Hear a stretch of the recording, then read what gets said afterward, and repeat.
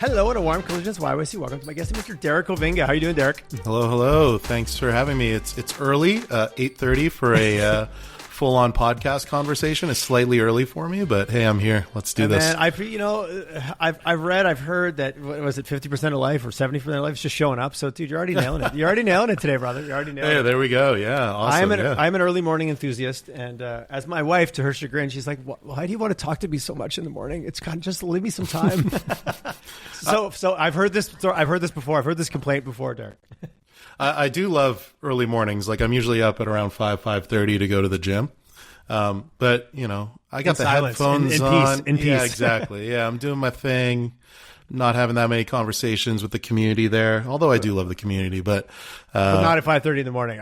Not intellectual intercourse at 8:30. You know what I'm saying? Well, let's get this show on the road. Then I'm glad I wore something racy. Let's. So the audience is like, what? Okay, let us into the tent. You are the proprietor of the Inbound Lab. Tell me what's the Inbound Lab all about? What do you do? What problems do you solve in the world? What blows your hair back, man? Sure. Yeah. So, you know, I've worked for marketing firms for a number of years. I think in 2020, COVID happened. I don't know if you remember. I try not to. Yeah, it's the same. But I was the only person doing inbound marketing, content marketing, pretty much, you know, the organic type of marketing at my agency. So while I was the individual department, I noticed that a lot of our clients were reallocating their paid media dollars or their marketing dollars towards my department. So I said, you know what? Maybe I should just go out on my own. Nice. So I gave my boss at the time, his name's Peter Bishop, a 3-month notice because I was scared.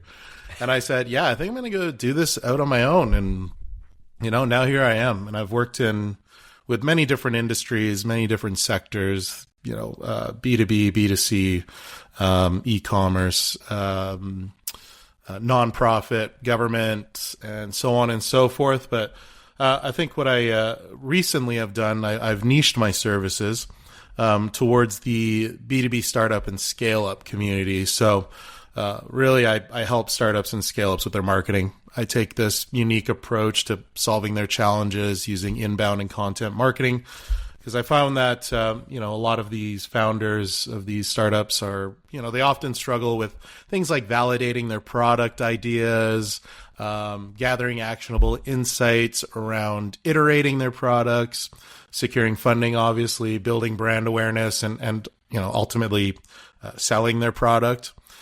So I decided, you know, I love working with these folks who are just pouring their hearts and souls into their companies.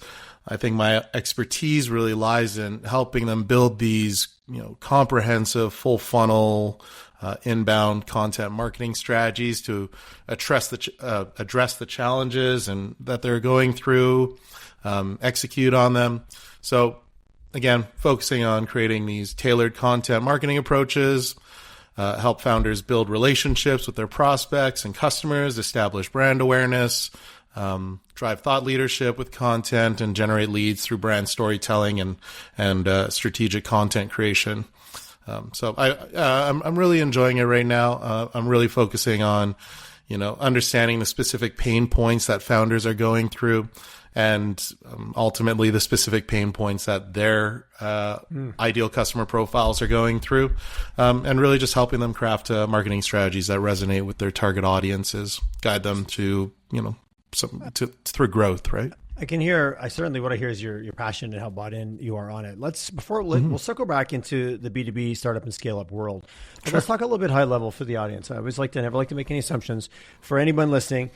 Organic versus paid. Like, just let's have a dynamic. Let's have a conversation about the differences, the roles they play. And you made a comment earlier. You were at an agency. I know what agency you're at. They do great work here in the city. But you were the only guy doing organic. So that leads also to me to believe that most of the clients were quite happy doing paid advertising. So just give me a little bit of from the audience's perspective. They're like, okay, like, why would I use one? Why would I use the other? You know, if you're sophisticated and you do this, that's great. No problem. You probably have your own opinion. So please chime in the comments below when you see this posted online, where you think Derek and I are right or wrong, or out to lunch, or you completely agree with us. How do I think about this as a business when I'm like, okay, let's pick a number. I have $100,000 to spend. And what do I do next? I think about my marketing. I think about, I can go run a few ads. or I can start creating content. What are your thoughts around just how a founder and owner, a marketing person at a typically smaller to mid-sized company, it could be bigger, but only spending 100 grand. How do they start to think about breaking that up and allocation? Yeah, it's this is going to sound like such a marketing cliche, but and I know you know what I would say. Yes, exactly. It depends. It's such a stereotype, but it's true, right? Yeah. It depends on the size of your company, what your offering is. For the most part, obviously I'm on the side of the organic component where you're building relationships with customers by answering their goals, their pain points, their preferences, answering the questions that they've had, answering the concerns that they've had around a specific business problem. So I'm going to take this around a B2B standpoint, right? Yep. But I also think from an organic and paid, I think there should be a combination there. Right. Build out your organic content so that when folks actually see your stuff that were highly targeted towards you through a specific algorithm or whatever you want to call it, they'll come find you and they'll notice, hey, you've actually answered a lot of the concerns that I have around a specific business problem.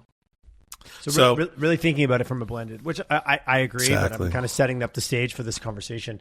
But, great, you put out a piece of content, but I've never heard of you, I don't know who you are. You target me really well with a good algorithm and a good ad on LinkedIn, let's pick. But I go to see your stuff, and there is no stuff. There's a landing page. It's maybe not clear. How do I get the trust that you understand my problem? Yeah, exactly. Right. And again, here comes another marketing cliche. The buyer behavior has changed over the years, right? Maybe ChatGPT just wrote that in one. what way? In what way? Because you're right. That's an easy statement, but how are you seeing it show up? Yeah. Folks aren't looking to be sold to anymore, especially from a B2B standpoint. They're considering their numerous options that they have. Let's say, for instance, I don't know, this is going to be very specific, estimation software for a construction company or something like that, right?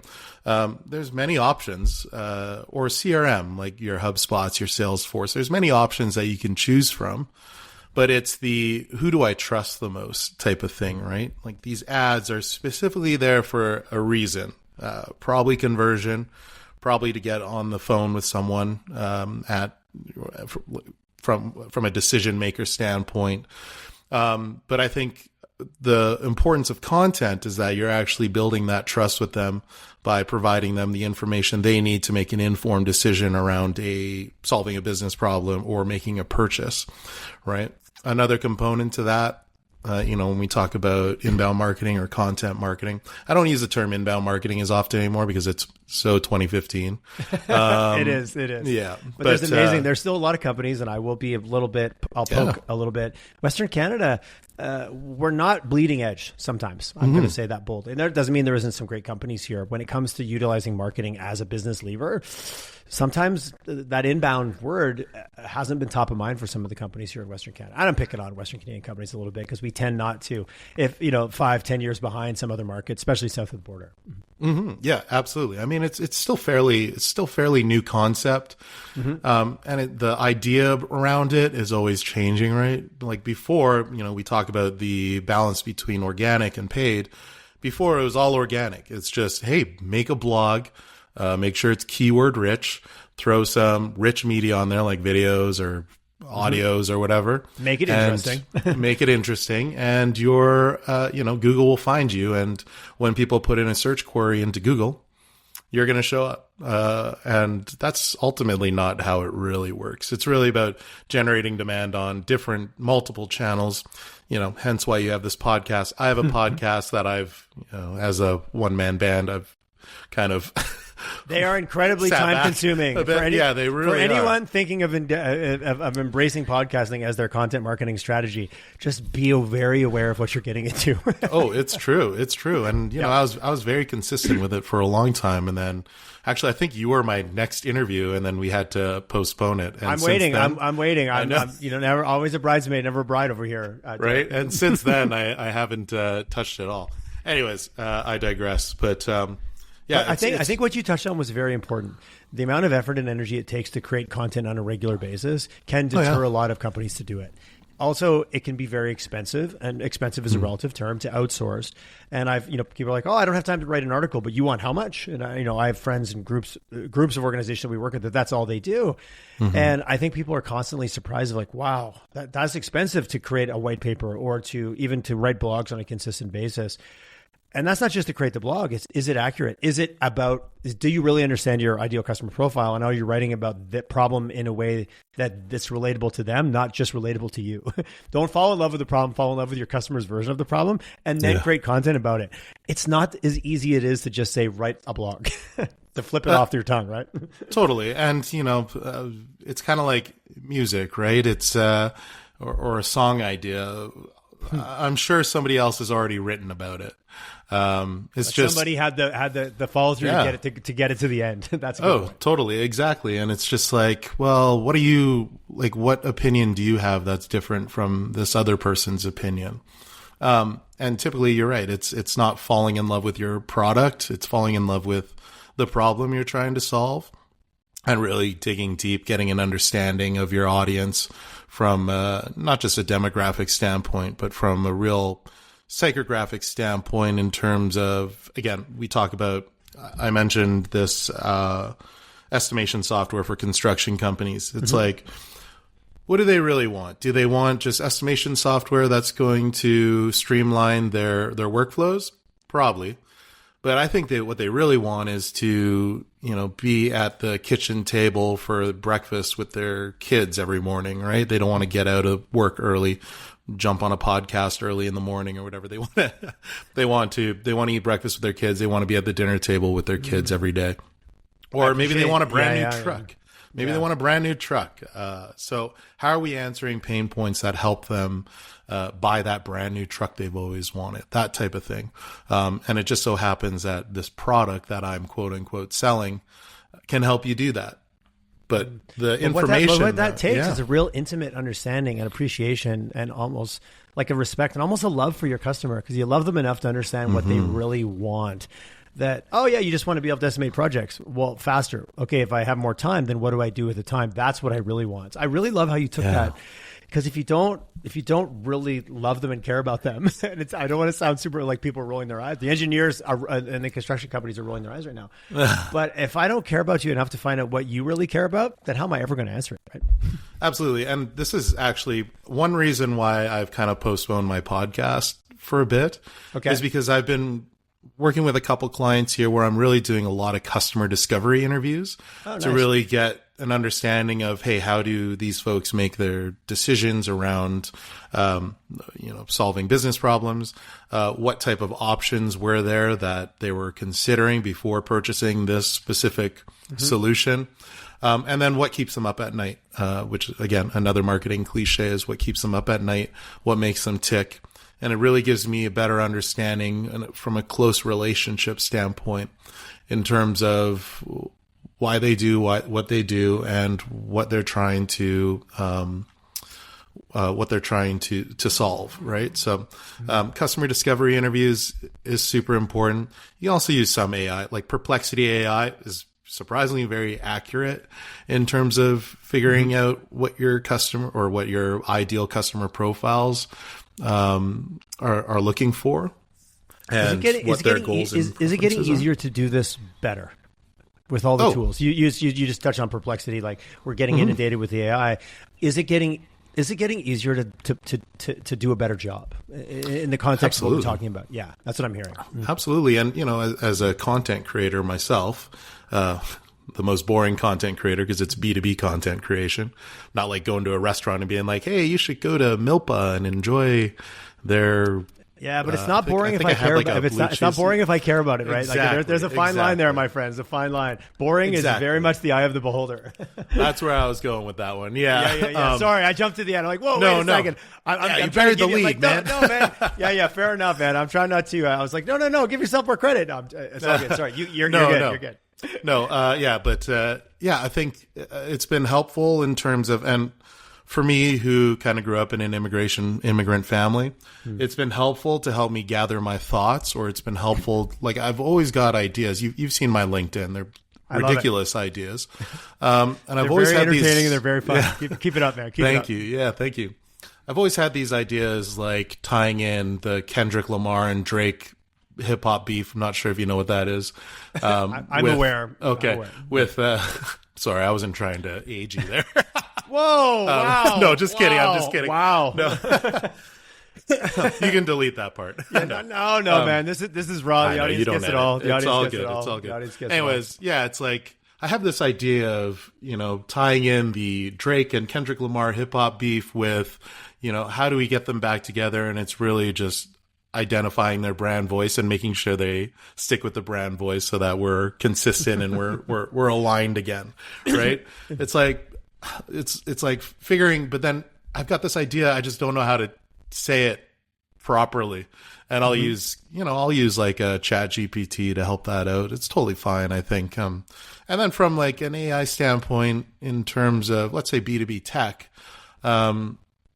they're doing some incredible things from a health standpoint, being able to recognize pain on, let's say, a cat or something. There's a local company here in Calgary called Sylvester AI who uses AI pain detection to take a picture of your cat's face, and the face will basically tell you if they're happy or unhappy, or if there's something awesome. Completely wrong with them. It's incredible. So yeah, I'm all about embracing AI. I'm not sure if that's where our conversation was going, but no, here I am now. Fair enough. Yeah. I met I'll throw something. I see you're random, and I raise you a random.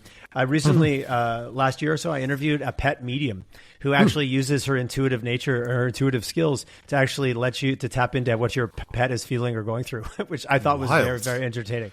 So equally, if people go, "Oh, AI," you look at the cat's face. I'm like, "Oh yeah, I got something even more weird." Yeah, darn. And yeah, the best part is that she does it, believes it, and like does it for people all over the world. Has built a whole career around being a pet medium. Wow, I did one with my dog just to see, and it was quite entertaining. And it seemed bag on, but it's like going through a tarot card reading for your pet. It's really fun. Oh yeah, I've got a 13-year-old dog who is almost like a cat. Like he doesn't really show his emotions that often unless I'm about to give him a treat or whatever. Keeps it tight like a cat. Yeah, absolutely. Yeah, totally. And I would love to get an understanding of what they're thinking about. I'll get Mary Paulette. I'll give you her name after. You can call her if you want, because if nothing else, thank you. It's a lot of fun. That's so cool. Yeah, I'd love that. Okay, so I've now taken just the blend between the organic versus paid. I've taken the time. My subject matter experts in my organization have gone, you know what? We've put together a series of blog articles because we really believe, and we've been doing this business for a while. We understand what our customers are going through. We understand what they're about to go through as their world evolves and getting ahead of it. And I've got this content, but shit, nobody's reading it. What's the argument or what's the strategy around, like you said, it's a blended approach. I've got some great content to find, but how do I get it out there? Like I've had people be like, man, it's really discouraging when 3 people read my article that I spent like 3 weeks writing, and like kind of sucks. Right. And we're still humans, right? We still want to know people engage and find what we do valuable. What's the blend, and how do you approach that? Yeah, I guess from a social media standpoint, validation is always pretty critical, right? Like if you put a post up and only 2 people like it, but you've got like, I don't know, 1,500 impressions on this post in the last 3 hours, does it actually mean that they didn't actually read it or they didn't actually like it? I've been to events in Calgary where suddenly I've got somebody coming up to me that I've never even met before, and they're like, "Oh, I love the videos that you've been doing on Instagram." I'm like, "Oh, I didn't even know you followed me on Instagram. You haven't engaged with anything." Yeah. There's that dark, and this is something that a gentleman named Chris Walker coined from Boston in a company called Refine Labs, where there's a dark social media where folks see your stuff, but they don't engage with it from a digital standpoint. They don't click like, or they don't share it, or they don't repost it. But you never know, because they might actually post it on their Slack channel, or they might post it on their Microsoft Teams channel or whatever. Right. And I think just that consistency in terms of continuing to do what you do, you'd be surprised how many people are actually engaging with your content. Obviously, from a Google Analytics standpoint, seeing how much traffic has gone to a specific piece of content on your website, that might be slightly different, but I think it takes a long time for, like, it's a long game. It takes a long time for that content to actually show results, right? There's ROI in terms of, hey, how many people are actually seeing this stuff and how many people are converting from this stuff. And I think you actually had an episode with somebody, Crystal from Thin Air Labs, who coined the term, was it IOI, impact on investment? Yes, Crystal Phillips. Yes. And she's a rock star. Yeah, she really is. And from and she's talking about startups and business problem or solving businesses that solve problems with some sort of startup idea. But there's IOI in content as well. It's like, okay, the impact on investment here is that this piece of content was able to get someone to solve a problem that they had. Right. So there's that component too. And, and when the long game component again to this is that, they might not convert now, but when they're ready to convert because you're starting to build that trust with them, well, they're probably going to go to you first over any other option that there might be out there. So, well, I think you really touched on it. Because you work in B2B, these are often long sales cycles. These are complex problems.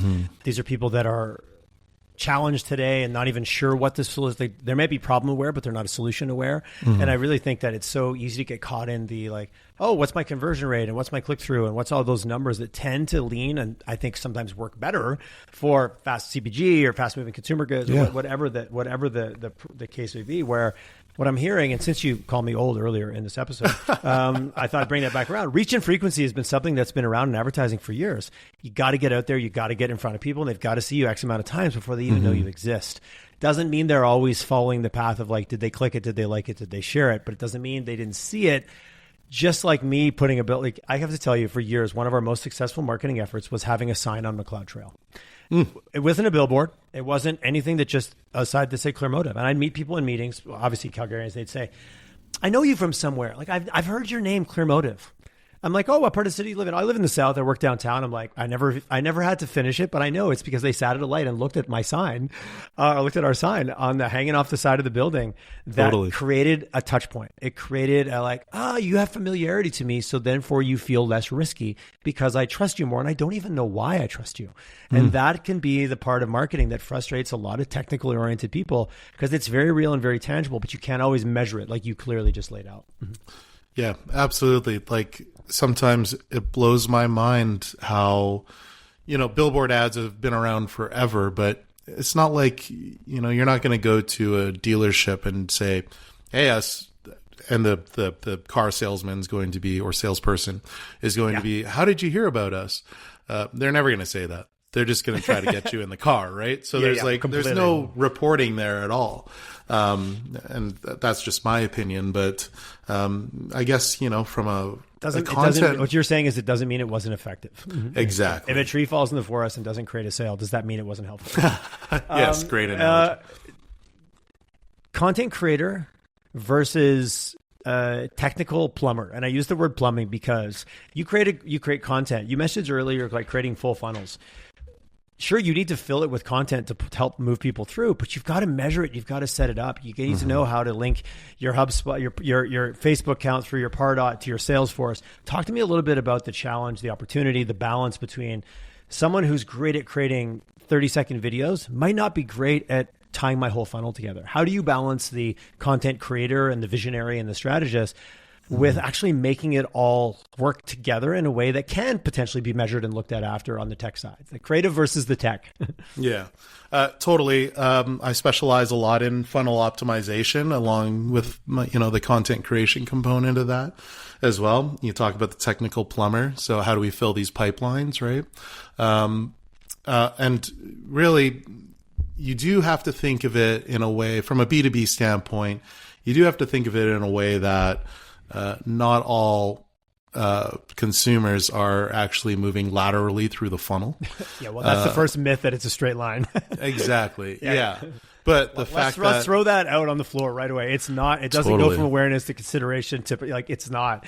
No, we spin in circles as customers. Exactly. But being able to have some of those technical components like your CRMs. Your HubSpots and what have you. Sorry, I just noticed that the internet went unstable there. I can repeat that if you want. No, that's okay, because our audio is recorded on local drive, so we're solid. Gotcha. Yep. Sorry to make you edit that. No being able to have your HubSpot and get an understanding of how folks are actually interacting at every stage of this, this so-called funnel is important, right? A alleged funnel, yes. So yeah, we're going to beat up the funnel concept here in a second. Yeah, totally. Yeah, because then you can engage with them in many other ways. So really, the goal here is, yes, the funnel is like your base. It's kind of like an interview, right? You've got a base of questions, but you never know where it's going to take you, right? I'm a huge boxing fan, and there's that tagline that says, You'll always be, oh God, now I don't even know it. You'll always be prepared until you get punched in the face. It's Mike Tyson, isn't it? Yeah, it's Mike Tyson. Yeah. What do you think about the upcoming fight? Mike Tyson and what's his name? What's his name? Yeah, Jake Paul. Yeah. Jake Paul, yeah. What are your thoughts as a boxing fan? Is this an abomination or what? What's your thoughts? I think it's a show. It's a cash grab. Yeah. Yeah. And it's a show. It's probably going to be the most lucrative boxing event of all time. Since the last most lucrative boxing event, because they just keep scaling up, right? In their ability to generate money. I know, but I'm just happy it's bringing more eyes on the sport. A lot of my favorite boxers. Since we can look back on this and where's your if you had a toonie and you were going to place it on one of these two fighters, where would you put your toonie? I think, and this is going to kill me, I think Jake Paul's going to win this one. Do you think so? I think Tyson's going to take his head off. No, I see a lot of Mike Tyson's videos on Instagram or whatever, and I'm just like, he's not even sweating. Like, I'm pretty sure, like, he looks like a beast, but that is about 5 seconds of him performing after probably like a 10-minute rest. Whereas cool. Jake Paul's just like soaking wet, and he's been training. You can tell he's been training the entire day. And anyways, well, for the sake of the fun of it, I'm going to bet on Tyson. Yeah, you want to make a bet? You're going to bet on. Yeah, so there's $2 in it. And I don't know why I picked $2 because it was a random number. A toonie, and we shall see. It'll give us a reason to reconnect after the fight. Sounds good. Yeah, I highlighted the top of my page. The audience is like, "What the hell? What are you guys talking about now?" But hey, if I win, you come on my podcast. Dude, I'll do that for free. But sure, okay, absolutely. Hey, man, as my good friend says, don't threaten me with a good time. Funnel. Yeah. Is there a better word? Like, it's there. It's easy. We've used it. It makes sense. Yeah. You can illustrate it. It's not how it happens. But like you said, it gives kind of an underpinning and lets you realize there's a series of phases. The client or the potential prospect won't necessarily follow them in order, but the phases of I became aware, I'm curious, I'm in consideration, I'm now looking to learn more. Like, those are real, just human experiences. They're just not in a straight line. Yeah, and they just might, I still call it the funnel because maybe they might fall out of the funnel, right? They're aware of their problem, they're looking up solutions, and then 6 months from now, they're like, oh shoot, I forgot, I was gonna you find that browser window that you left open one night at 10:30, and then you're like, I need to clean up these goddamn browser windows, and you're like, exactly. Oh shit, yeah, I forgot about those guys. So yeah, you know what? I'm gonna go check that out now because maybe I have time or I have more pain. I'm more motivated, right? Oh yeah, and this is where that blend of organic and paid component comes in, right? Little reminders. Yeah, the retargeting, being there at all times to stay top of mind with someone, regardless if they've made a decision. I've worked with companies who sell, let's say, a SaaS software to government, and their buying journey is about like a year to a year and a half. Like, it takes forever. So to say that they're going through the funnel is probably wrong. They're in their process, and they got a demo. They got to run it through a bunch of committee members, and then they'll probably not get back to you for 4 months. So how do you get back to them? Well, you've got the salesperson saying, hey, just wanted to check in and see how you're doing. Check-in email that we've all sent. Exactly. I hope you're doing well, or hope this email finds you well. Or you can just continue to post content like you're a successful company to show that, hey, this is the type of stuff that we've been doing. Look the part. Yeah, exactly. Like look that. the part. Yeah, I like it. Show off what a future relationship might look like with them, and so on and so forth. So I'm on the latter side. I would love to just, you can do your biz dev check-ins or your SDR check-ins. Awesome. But if you don't have anything to provide them of value, every time you do that check-in, then what's the point? You're really just saying, you're just being hi, annoying. You're just being and annoying. did you see my last email? That type of thing. If you want me to stop emailing you, just let me know. It's like that stuff just blows my mind sometimes. Have you abandoned the project? Is also another good one. I like what you said about act like a successful company. Like that is so powerful what you said, because a successful company does all of these things, including continuing to put out content, continuing to innovate, continuing to find better ways to solve service, whatever the ... is. And I think that's so powerful what you said of like act like you are the company that you want to be. And maybe you are. I'm being a little bit tongue in cheek, but for people and for organizations that are aspiring to be better at this, that's a really nice way to think about it. To like, it takes away, oh, if nobody clicks on it and shares it, it wasn't successful. No, because we believe this is what a successful company does. So we will keep doing it. Internal versus external motivations make a big difference. I think now we're getting into the humanity of what keeps us doing things and what stops us from doing things. Yeah, I like that. Yeah, that's really great. It's like a mindset thing, right? Like totally. When I started my company, I'm a sole proprietor. I'm one person, but I said, you know what? I'm still going to name the company. It's going to be called the Inbound Lab, as if there's a bunch of lab techs within the I'm picturing a bunch of humans with white lab coats just screwing around doing complicated things. Well, so that's actually a great point. So part of my methodology when it comes to inbound content marketing is creating this content R&D phase where I'm just, basically throwing spaghetti at the wall, getting feedback from a company's ideal customer profile, and then taking that content back to the quote unquote lab to either optimize it, get rid of it. Yeah, exactly. It's kind of like the Lululemon R&D, right? It's like you put out this new style of pants, put it on the shelves, you track whether people are trying it on, whether people are walking out of the store with it, or you take it off the shelves, you fine tune it, like you said, and then try it again, that type of thing. So I do the same thing with content as well. And that's kind of the secret message around why I called it the lab.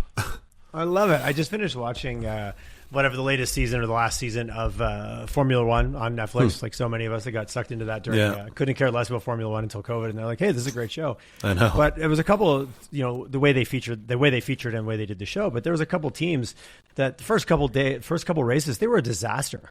But they sucked in all the data and they had every sensor you could imagine. And they brought it back in. Did they quit? Did they say, no, we're leaving racing? No. They're like, we need to rehaul this part of the car. We need to change it. It still looked like a car, but underneath it was a very different platform because they collected the data, they observed, but quitting was never an option, right? They were going back on track whenever the next race came. But the crunch that came behind the scenes to tweak that content, in this case was packaged up as a car, just made a lot of sense to me. Like, oh, okay, well, that didn't work out well. We're bailing. Well, that's just not it. When you're committed to it, the season, you're committed to it. And I think that's where a lot of companies get into trouble or maybe lose their path when it comes to this journey of content marketing. It's true. And some of those, you think they're just driving a car, but they're actually training to drive a car as well, right? So yes, they're getting better at it every time. Yeah. Exactly. You just need to get better at it every time. Sure. I don't think, the 1 month of content that you've done is going to bring in the results that you were expecting, right? You're going to use that 1 month to be like, okay, now I'll iterate the type of content that I'm doing because I'm going to take the pieces of content that are resonating mostly with my audience, and I'm going to expand on that. And at the same time, I'm going to put a little bit of time away or resources away to try new things and then see how that performs and so on and so forth. It's constant iteration. And that doesn't just go for content. It goes for, if we're talking about startup products, it goes for iterating your products. You don't want to have a product, launch it, and that's it. Oh yeah, here, the passive income. We do have a customer success team. Awesome. That sounds like a dream, but not the reality. I've had a lot of startups on the show. That's not how it goes. It's true. Like you think Dropbox is not updating their stuff or Slack or whatever. They are constantly, right? So the same goes for anything that you do, business operations, I don't know, ice cream flavors. You're completely iterating. How about always iterating, always being better? Since we're going to get you. How has it been working with startups and scale ups. Like I love that space. I love the energy, and I'm also aware there's challenges. That's not an easy world to play in. How has that been for you as a business picking that as your ICP? It's awesome. I love the community. Cool, I love the ecosystem. Yeah. I love it. Yeah. Yes. I love the community. I love the ecosystem. I love going to these tech conferences where folks are, pitching their ideas and stuff like that. I love going to these conferences and investors are like, so what are you selling? And I'm like, nothing. I'm just here to, to be a spectator, maybe hand my business card to some people once in a while. But, there's a lot of challenges obviously with it. Market dynamics, some startups who just aren't willing to pivot as quickly as you want them to because, they know that there's potential in an idea, and they just can't wrap their head around maybe taking a few steps back or iterating what their idea is. So some founders aren't as flexible as you'd hope they would be. And to be honest, those folks aren't really, they're not really a good fit for me because I love to help people iterate ideas.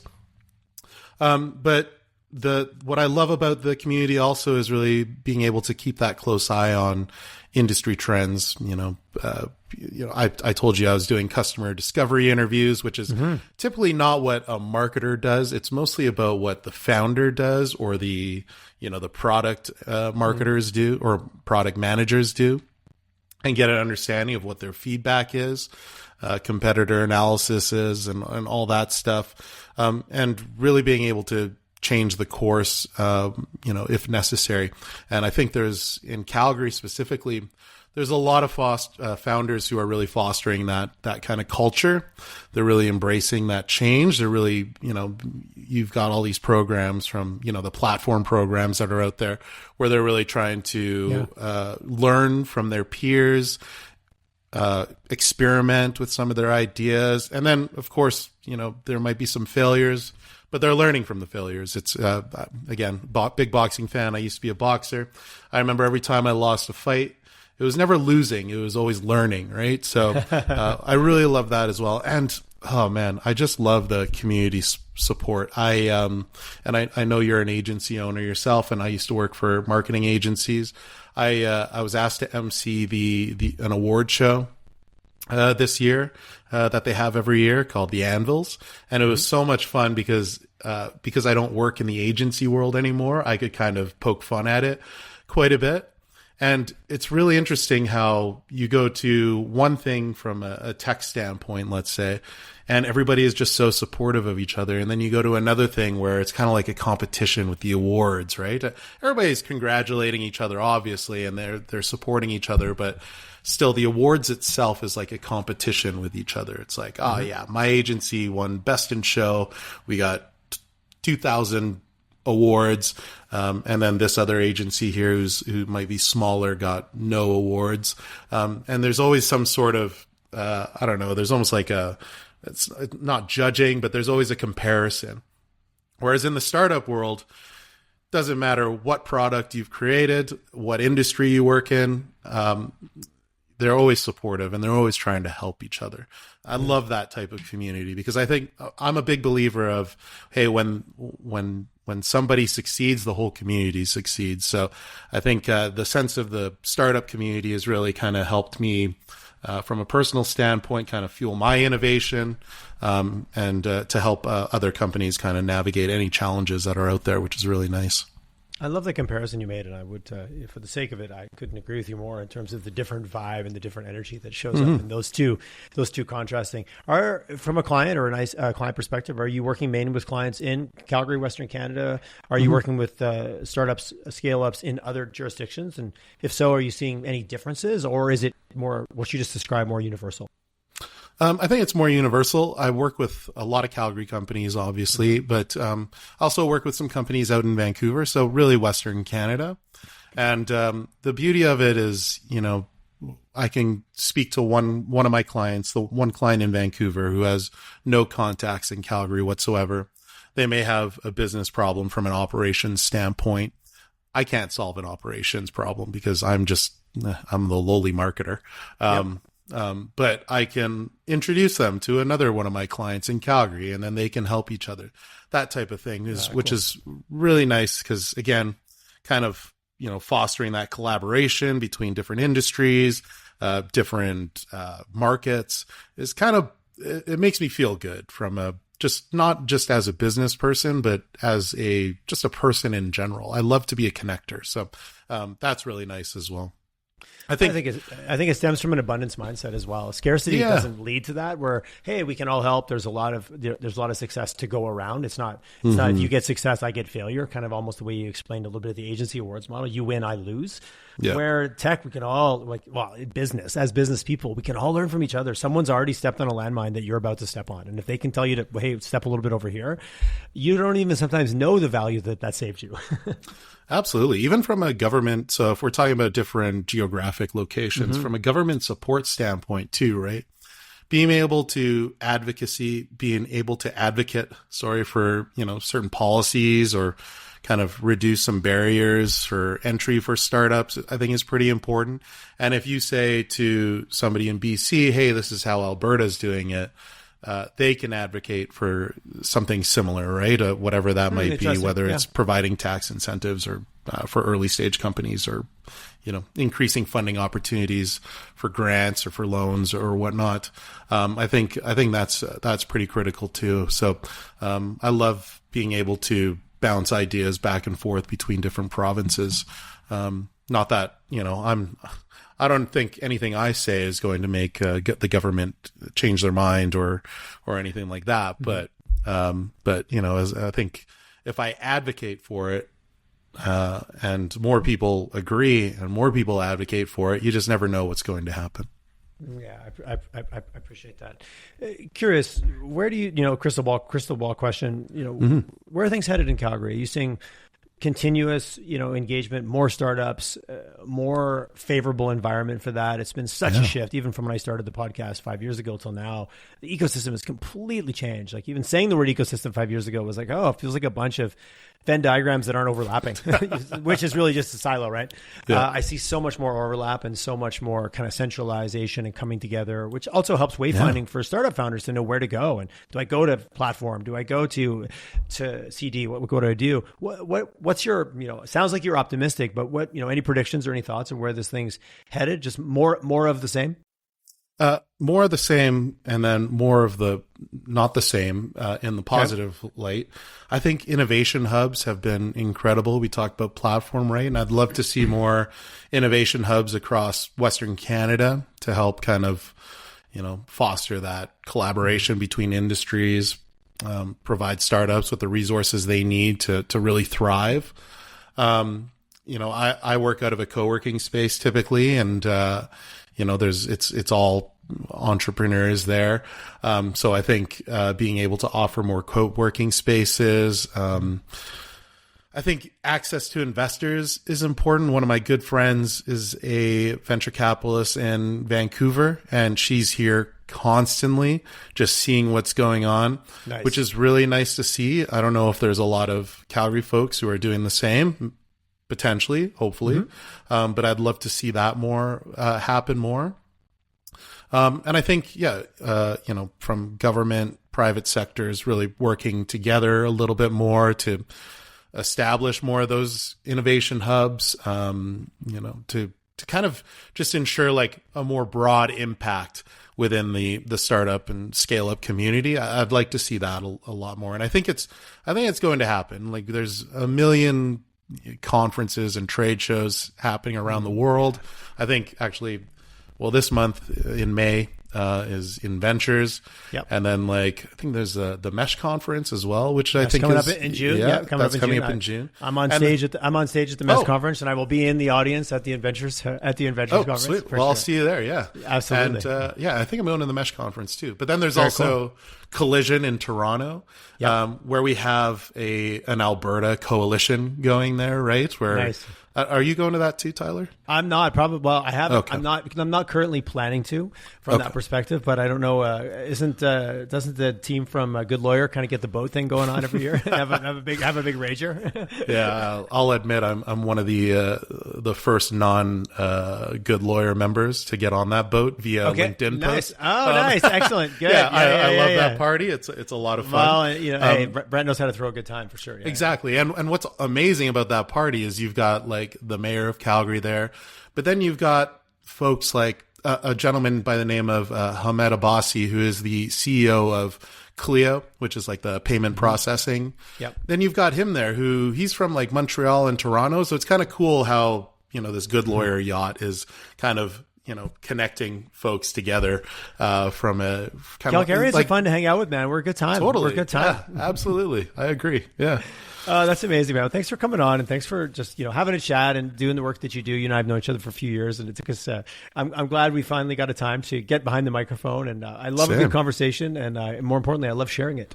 And I've been doing this for a while now, and it's never ceases to. I never grow tired of talking to the people in our city, in our province, that are doing things differently, that are marching to a beat of their own drum because they're like, yeah, I believe in this, and I'm going to do it. So huge kudos to you for striking out on your own, which is easy to say, and it's just a joke. Everyone's entrepreneurial, but there's a difference of becoming an actual entrepreneur. So kudos to you on that one. If someone wants to reach out and get a hold of you, what's the best? Is it website? Is it LinkedIn? What's your smoke signals, carrier pigeon? What's your preferred? Instagram and LinkedIn are my two main channels here. So Derek Hovinga, DerekHovinga on LinkedIn, and then _inbound_lab on Instagram. You can follow me there, or you can just send me an email, info@theinboundlab.ca. Amazing. Make it first rule, make it easy for people to get in touch with you. Yeah, exactly. Yeah. Derek, thanks for coming on, man. Thanks for a good old fashioned chat, and thank you. Really enjoyed getting to know you a little bit more and sharing some of your perspective. Thank you. Thanks for having me, Tyler. We'll get you on my podcast soon here. I promise. We've now said it. We've got a $2 bet on the line between the Tyson and Jake Paul fight. Right. And we've got the promise that I'm going to come on your podcast. I look forward to it. Thanks, brother. Sounds good, Tyler.